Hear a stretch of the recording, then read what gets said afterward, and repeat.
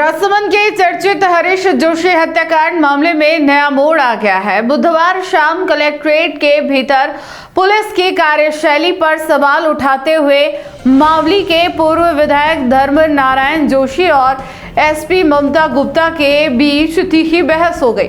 जोशी ने कलेक्टर की मौजूदगी में एसपी पर आरोपियों से मिलीभगत और जांच की दिशा मोड़ने के गंभीर आरोप लगाए।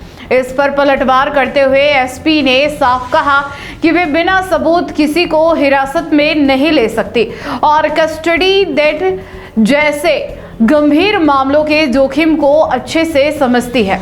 इस टकराव के बाद अब जांच अधिकारी को हटाकर मामला एएसपी को सौंप दिया गया है। राजसमंद में न्याय की मांग को लेकर कलेक्टर परिसर बुधवार को रणक्षेत्र में तब्दील हो गया।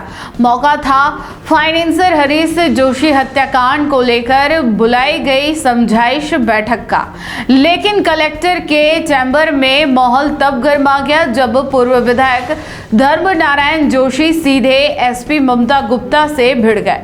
जोशी ने पुलिस पर हमला बोलते हुए कहा कि एसपी साहिबा आपकी पुलिस आरोपियों से मिली हुई है, आप जांच का डायरेक्शन मत घुमाओ। दरअसल यह पूरा मामला 30 दिसंबर से शुरू हुआ था, जब फाइनेंसर हरीश जोशी लापता हो गए थे। 6 दिनों तक पुलिस के हाथ खाली रहने के बाद 6 जनवरी को घासा थाना क्षेत्र के एक कुएं में हरीश का शव मिला। परिजनों ने पलासमा निवासी जसवंत सिंह पर हत्या का संदेह जताया था, लेकिन पुलिस द्वारा ठोस कार्रवाई न होने से आक्रोश फूट पड़ा। विधायक दीप्ति माहेश्वरी के अल्टीमेटम और परिजनों के धरने के बाद मामला शासन तक पहुंचा।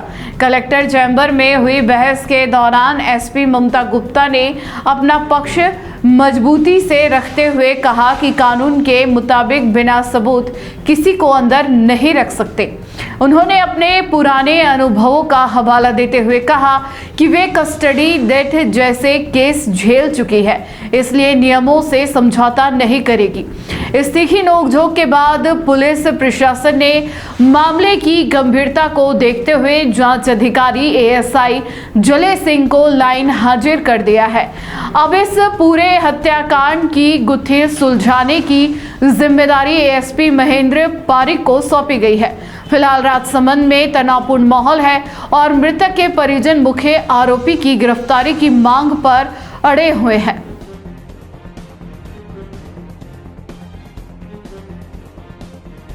कुछ भी नहीं किया, कोई जांच कमेटी थी, कुछ भी नहीं। और तो क्या सीआई ने क्या जवाब दिया वहां के यहाँ के थानाधिकारी ने? इसीलिए आप डायरेक्शन 1 घंटा उनको रख के पुलिस ने क्यों छोड़ा? उनको क्या जांच की बता दीजिए आप। परसों हम सस्पेक्ट को ले आए थे, डेड बॉडी कल मिली है। परसों हम सस्पेक्ट को ले आए थे, उससे पहले एक बार आए थे, 1 घंटे रख के छोड़ दिया। देखिए आपको भी पता है कि किसी को बिना किसी एविडेंस के हम लंबे समय तक पुलिस में नहीं रख सकते। एक कस्टोडियल डेथ हम कामरोली में झेल चुके हैं, ठीक है? तो उसके सरकार के नियम कायदे सब सीसीटीवी कैमरे में कैद है। किसी भी आदमी को लंबे समय तक हमें रखना है तो उसके लिए हमें पर्याप्त सबूत होने चाहिए। और हम तो यही मान के चल रहे थे कि हरीश जोशी जी जिंदा है, कल डेड बॉडी मिली, उसके बाद देखो एसपी साहब आप चाहो जितना रख सकते हो, बैठे हैं, इनसे आदेश लेकर भाई इनको इंक्वायरी करनी है, इनको इंक्वायरी करनी है। इंक्वायरी करनी आप नहीं ले सकते हैं क्या? 1 घंटे बिठा कर रवाना करिए, आप 4 घंटे बिठा कर मारपीट मत करिए। आप इंक्वायरी तो कर ही सकते हैं उनसे। 1 घंटे में उनको रवाना कर दिया और उसके बाद अभी तो वही निकले। तो हमने कल अरेस्ट किया, हमने सारे एविडेंस कलेक्ट किए हमने कल। हाँ 1 घंटे बिठा कर रवाना किया उनको और रवाना कर दिया उनको।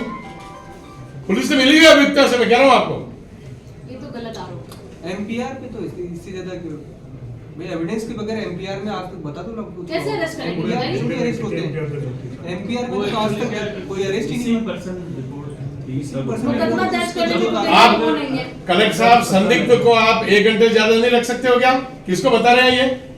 संदिग्ध को, संदिग्ध है, संदिग्ध आप ही थे, आपके सामने रिपोर्ट लिए मैंने और उसके बाद एफआईआर काटी गई है। रिपोर्ट उदयपुर दे दी थी उनको, वो लेके आए थे यहाँ। तो भाई एफआईआर दर्ज तो होगी ना, रिपोर्ट उदयपुर दे दी थी, लेकिन उसके ऊपर एंडोर्समेंट होगा, कार्रवाई पुलिस होगी। आप तो ज्यादा समझते हैं हमसे, उसके बाद वो एफआईआर कटेगी सीसीटीवी के ऊपर। सब उसके ऑनलाइन बाद है। किसको समझा रहे हैं एसपी साहब? सब ऑनलाइन ही है क्या है? किसको समझा रहे हैं? ये ऑनलाइन नहीं है क्या सब? देखिए कलेक्टर साहब ये ऑनलाइन नहीं है क्या? बताओ आप गलत डायरेक्शन में बात कर रहे हैं भरत जी। ये किसको समझा रहे आपके हैं? सामने एफआईआर दर्ज होगी, एफआईआर दर्ज होगी। नहीं, दिल्ली में मर्डर हुआ, डेड बॉडी यहाँ आ गई। एफआईआर दर्ज हुई है। आपने मुझे क्या मतलब है?